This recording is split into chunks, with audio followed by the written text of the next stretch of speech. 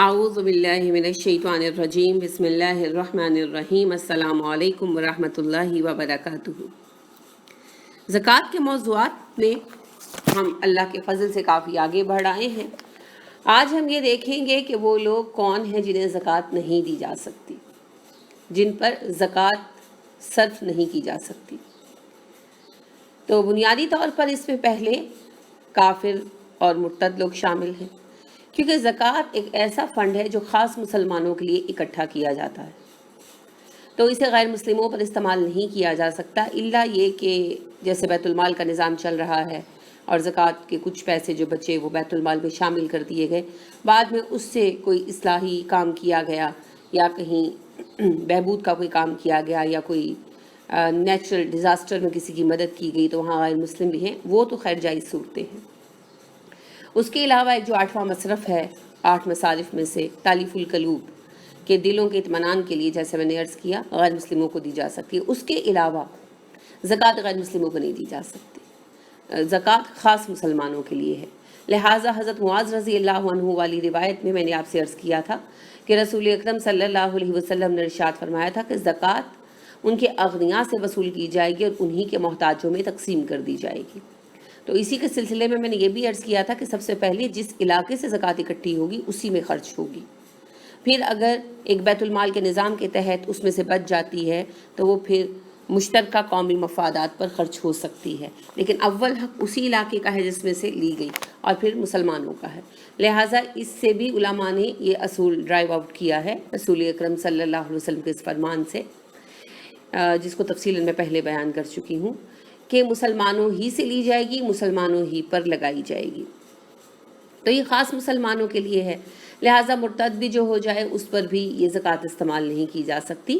یہ واضح احکامات ہیں، ان میں کوئی اختلاف رائے الحمدللہ بالکل نہیں ہے۔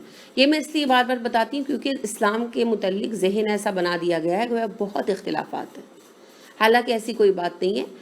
اسلام میں اختلافات نہ ہونے کے برابر ہے، باوجود اس کے کہ آج کل اختلافات کو بہت ہائی لائٹ کیا جاتا ہے۔ انشاءاللہ اللہ نے زندگی دی تو اس موضوع پر بھی کبھی بات رہے گی، تو لہٰذا اس میں کوئی اختلاف رائے پایا نہیں جاتا۔ ہاں، نفلی صدقات دیے جا سکتے ہیں، یہ جتنے بھی ابھی میں بتاؤں گی نا کہ جن کو نہیں دیا جا سکتا، زکوٰۃ سے مستثنیٰ ہے وہ لوگ، تو یہ صرف زکوٰۃ کے احکامات ہیں۔ باقی نفلی صدقات کافروں کو بھی دیے جا سکتے ہیں، اس میں کوئی حرج نہیں، جس کے لیے بھی کچھ کریں گے خواہ وہ مسلم ہو غیر مسلم ہو اجر ہوگا۔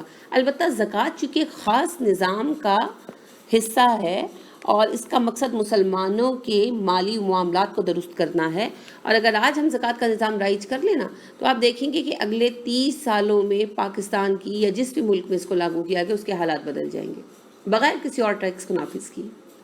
یہ میں آپ کو ایک گارنٹیڈ بات کہہ رہی ہوں، کیونکہ اس چیز کو ہم رسول اکرم صلی اللہ علیہ وسلم کے زمانے سے آغاز ہو کر دیکھتے ہیں، اور ہم دیکھتے ہیں کہ عمر فاروق رضی اللہ عنہ کے زمانے میں کیا صورتحال بنی۔ تو بنیادی طور پر تو 20 سالوں میں حالات بدل گئے تھے۔ میں آج کل کے حالات کے تحت کہتی ہوں کہ چلے 30 سال رکھ لیں، 10 سال آپ ایکسٹینشن کے ڈال لیں۔ تو بہرحال یہ ایک خاص نظام ہے صرف زر کا جو مسلمانوں کے لیے بنایا گیا ہے، اس میں سے مرتد کو اور کافر کو نہیں دیا جائے گا، باقی نفلی صدقات دیے جا سکتے ہیں۔ پھر جو بیت المال نے مال جمع کیا، اسلام میں تو انفرادی طور پر عموماً زکوٰۃ نہیں دی جاتی، حکومت کے جو مقرر کردہ افراد ہے وہ جمع کرتے ہیں، جو کہ نظام ہمارے یہاں بدقسمتی سے ہے ہی نہیں۔ اب وہ ساری زکوٰۃ اکٹھی ہو گئی، اس کو اس علاقے کی بہبود پر لگایا گیا، پھر مسلمانوں کے اجتماعی مفادات پر لگایا گیا۔ اب جب جو بچا ہوا جمع ہوا مال تھا بیت المال میں، وہ جب اجتماعی مفادات پر لگایا جائے گا، جیسے سڑک بنوا دی گئی، پانی کا انتظام کر دیا گیا، تو پھر اس سے جو چاہے فائدہ اٹھائے، ٹھیک ہے۔ تو لہٰذا انڈیویجول لیول پر، انفرادی لیول پر زکوٰۃ جو ہے وہ غیر مسلموں کو نہیں دی جا سکتی۔ پھر اس کے علاوہ یہ ایک سوال جو ہے اٹھتا ہے کہ کیا فاسق و فاجر کو دی جا سکتی ہے؟ جی ہاں، ایک مسلمان کو زکوٰۃ دی جا سکتی ہے اگرچہ وہ اپنے عمل کے لحاظ سے فسق و فجور میں مبتلا ہو، لیکن اگر یہ پتہ ہو کہ وہ اپنے اس ناجائز کام میں لگائے گا پھر مت دیں۔ جیسے کوئی جوا کھیلتا ہے اور آپ کو پتہ وہ اتنا عادی ہے کہ وہ لے جائے گا اور پھر جوا ہی کھیلے گا، تو اس کو مت دیں۔ ہاں، اس کے اہل خانہ وغیرہ کو دی جا سکتی ہے، لیکن کسی کا فسق و فجور اسے زکوٰۃ لینے سے نہیں روکتا۔ اگر وہ ضرورت مند ہے تو اس کو، اس کے اہل خانہ کو زکوٰۃ دی جا سکتی ہے۔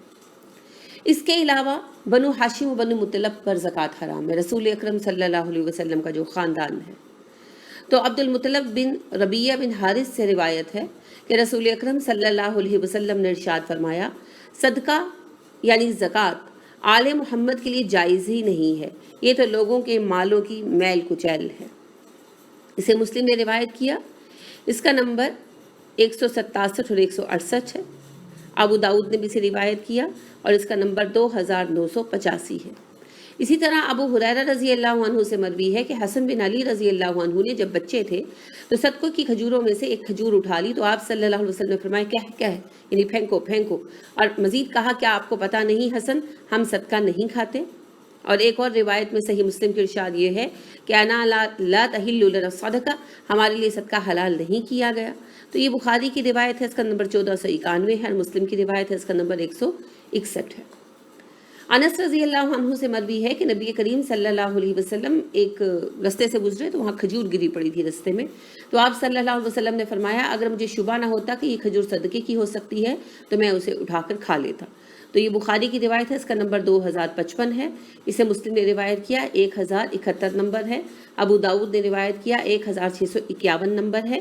احمد نے روایت کیا، اس کا نمبر 12912 ہے۔ ابو یعلا نے روایت کیا، اس کا نمبر 2975 ہے۔ ابن حبان نے روایت کیا، اس کا نمبر 3296 ہے۔ ابن ابی شیبہ نے روایت کیا جلد 2 میں، اس کا نمبر 2014 ہے۔ بہقی نے اسے روایت کیا چھٹی جلد میں 195 نمبر کی حدیث ہے۔ اسی طرح ایک اور روایت میں آتا ہے کہ رسول اکرم صلی اللہ علیہ وسلم کے پاس جب کوئی چیز لائی جاتی تو آپ صلی اللہ علیہ وسلم دریافت فرماتے کہ یہ ہدیہ ہے یا صدقہ۔ اگر صدقہ کہا جاتا تو آپ خود نہ کھاتے اور صحابہ کو کہتے کھا لو، اور اگر ہدیہ کہا جاتا تو پھر آپ صلی اللہ علیہ وسلم اسے پکڑنے کے لیے اپنا ہاتھ آگے بڑھاتے۔ یہ نسائی کی حدیث ہے اور اس کا نمبر 3450 ہے۔ ترمذی نے بھی اسے روایت کیا، اس کا نمبر 656 ہے۔ تو آپ دیکھیے کہ یہ مسلسل احادیث جو ہیں صحیح احادیث اس بات پر یعنی ضامن ہے کہ رسول اکرم صلی اللہ علیہ وسلم زکوٰۃ قبول نہیں فرماتے تھے، اور آپ صلی اللہ علیہ وسلم تو نفلی صدقہ بھی اپنے لیے نہیں لیتے تھے۔ البتہ آل محمد پر آپ صلی اللہ علیہ وسلم نے زکوٰۃ ہی کو حرام قرار دیا، اور آل محمد سے مراد بنو ہاشم اور بنو مطلب ہیں، کیونکہ رسول اکرم صلی اللہ علیہ وسلم نے خود ہی یہ ارشاد فرمایا کہ بنو مطلب اور بنو ہاشم دونوں ایک ہی چیز ہیں۔ تو یہ بخاری کی روایت ہے، اس کا نمبر 3140 ہے۔ نسائی کی روایت ہے، اس کا نمبر 4136 ہے۔ اسے ابن ماجہ نے روایت کیا، اس کا نمبر 6881 ہے۔ بہقی نے روایت کیا چھٹی جلد ہے، اس کا نمبر 3071 ہے۔ تو بنو ہاشم اور بنو مطلب میں شامل کون ہیں؟ حضرت علی رضی اللہ عنہ کی اولاد، عقیل رضی اللہ عنہ کی اولاد، جعفر کی اولاد، عباس رضی اللہ عنہ کی اولاد اور حارث رضی اللہ عنہ کی اولاد۔ عباس آپ کے چچا ہیں، باقی سب آپ کے چچا کے بیٹے ہیں۔ تو ان سب کی اولادیں جو ہیں یہ بنی ہاشم اور بنی عبد المطلب میں شامل ہیں، ٹھیک ہے۔ تو ان سب پر زکوٰۃ حرام ہے، زکوٰۃ حرام ہے، نفلی صدقات حرام نہیں ہے، ٹھیک۔ تو اس کے علاوہ جو بنو ہاشم کے آزاد کردہ غلام رہے ہوں تو ان پر بھی زکوٰۃ حرام ہے، اگرچہ آج تو ظاہر ہے وہ نہیں پائے جاتے، وہ نظام موجود نہیں رہا، لیکن میں علم کے طور پر آپ کو یہ بات بتا رہی ہوں۔ لہٰذا ابو رافع جو ہیں یہ رسول اکرم صلی اللہ علیہ وسلم کے آزاد کردہ غلام تھے، تو انہی سے روایت ہے کہ نبی کریم صلی اللہ علیہ وسلم نے بنو مخزوم کے ایک آدمی کو زکوٰۃ کی وصولی پر مقرر کیا، تو ان صاحب نے ابو رافع سے کہا کہ آپ بھی میرے ساتھ چلیے، میں آپ کو بھی یعنی اپنے ہمراہ رکھوں گا، تو پھر عامل زکوٰۃ کی حیثیت سے آپ کو بھی حصہ ملے گا۔ انہوں نے کہا میں اس وقت تک نہیں جاؤں گا جب تک نبی کریم صلی اللہ علیہ وسلم کی خدمت میں حاضر ہو کر آپ سے اس کے متعلق پوچھ نہ لوں۔ چنانچہ وہ آپ کے پاس آئے اور آپ صلی اللہ علیہ وسلم سے سوال کیا تو آپ نے فرمایا قوم کا غلام بھی انہی کے اہل میں شمار ہوتا ہے اور ہمارے لیے صدقہ حلال نہیں ہے۔ تو یہ ابو داؤد کی روایت ہے، اس کا نمبر 1452 ہے، اور نسائی نے بھی اسے روایت کیا، اس کا نمبر 108 ہے 5ویں جلد میں۔ ترمذی نے روایت کیا، اس کا نمبر 657 ہے۔ احمد نے روایت کیا چھٹی جلد میں 121 نمبر ہے۔ تو اب دیکھیے کہ بات یہ ہے کہ آپ صلی اللہ علیہ وسلم نے بنو ہاشم کے آزاد کردہ غلاموں کو بھی زکوٰۃ سے مستثنیٰ قرار دیا کہ وہ زکوٰۃ نہیں لے سکتے۔ اب اس میں یہ ہے کہ نفلی صدقہ جیسے کہ میں نے کہا وہ جائز ہے، وہ دیا جا سکتا ہے، لہٰذا اس میں کوئی اعتراض نہیں ہے۔ آپ صلی اللہ علیہ وسلم خود تو ایسے احتیاط فرماتے تھے، آپ صلی اللہ علیہ وسلم نہیں لیا کرتے تھے، لیکن مختلف روایات سے یہ ثابت ہوتا ہے کہ عام لوگ جو ہیں بنو ہاشم و بنی مطلب کے، ان پر نفلی صدقہ حرام نہیں ہے، اور اس کے لیے علماء کہتے ہیں باقاعدگی سے کہ نہیں اس پر کوئی اعتراض نہیں ہے. لہٰذا اس کا ثبوت یوں بھی ملتا ہے کہ جب صحابہ جو ہیں وہ ایک دوسرے کو، جو ہاشمی نسب کے صحابہ تھے، یعنی جیسے علی رضی اللہ عنہ تھے، عباس وغیرہ تھے، تو یہ ایک دوسرے پر صدقہ کیا کرتے تھے. لہٰذا علی، عباس اور فاطمہ رضی اللہ تعالیٰ عنہم نے بنو ہاشم کی ایک جماعت پر صدقہ کیا اور ان کے لیے اموال وقف کیے اپنے، تو یہ منع نہیں تھا. تو آپ صلی اللہ علیہ وسلم خود انتہا درجے کی احتیاط کرتے تھے، لہٰذا مشکوک چیز سے بھی دور رہتے تھے. تو زکوٰۃ تو مکمل طور پر منع تھی، تو صدقات سے آپ صلی اللہ علیہ وسلم نے ہمیشہ اجتناب کیا، مشکوک ہونے کی وجہ سے، یا ہو سکتا ہے کہ آپ کو صدقات بھی منع ہوں. لیکن جو آپ کی اولاد ہے اس کو نفلی صدقات دیے جا سکتے ہیں، یعنی کہ جو بنو ہاشم و بنی عبد المطلب ہیں آپ صلی اللہ علیہ وسلم کے اہل خاندان، انہیں نفلی صدقات دیے جا سکتے ہیں، البتہ زکوٰۃ نہیں دی جا سکتی. لہٰذا بنو ہاشم کو نفلی صدقہ دینے میں کوئی حرج نہیں ہے اور اس پر کوئی اختلاف بھی نہیں ہے. اب اس کے بعد مالدار اور کمانے والے صحت مند آدمیوں کو زکوٰۃ لینا جائز نہیں ہے. تو عبداللہ بن عمر رضی اللہ عنہ سے مروی ہے، رسول اکرم صلی اللہ علیہ وسلم نے ارشاد فرمایا، کسی مالدار قوی الجسم صحیح و سلامت اعضاء والے شخص کے لیے زکوٰۃ جائز نہیں ہے. یہ ابو داؤد کی روایت ہے، اس کا نمبر 1439 ہے، اور اس کو ترمذی نے روایت کیا، اس کا نمبر 652 ہے، اور تلخیص الخبیر میں اس کو تیسری جلد میں 232ویں روایت ہے. تو بات یوں ہے کہ کسی صحیح بندے کے لیے تو جائز نہیں ہے، اس کو نہیں لینی چاہیے. البتہ 5 ایسی صورتیں ہیں جن میں ایک صحیح انسان یعنی کمانے کے قابل ہے اور نارملی مالدار ہے، یا مالدار سے مراد کسی ایلیٹ کلاس کا تذکرہ نہیں ہے، مطلب یہ ہے کہ اس کے اپنی ضروریات پوری ہو رہی ہیں، تو اس کو زکوٰۃ لینا جائز نہیں ہے. تو ایسے افراد کے لیے 5 صورتیں ہیں جو پہلے بھی میں نے عرض کی ہوئی ہیں، دوبارہ میں دہرا دیتی ہوں.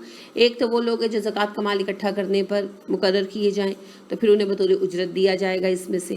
دوسرا وہ شخص جو صدقے کی کوئی چیز اپنے مال سے خرید لے، یعنی صدقے کے مال میں کوئی چیز آئی، کسی کو ضرورت تھی یا پسند آ گئی، اس نے پیسے دے کر وہ چیز خرید لی.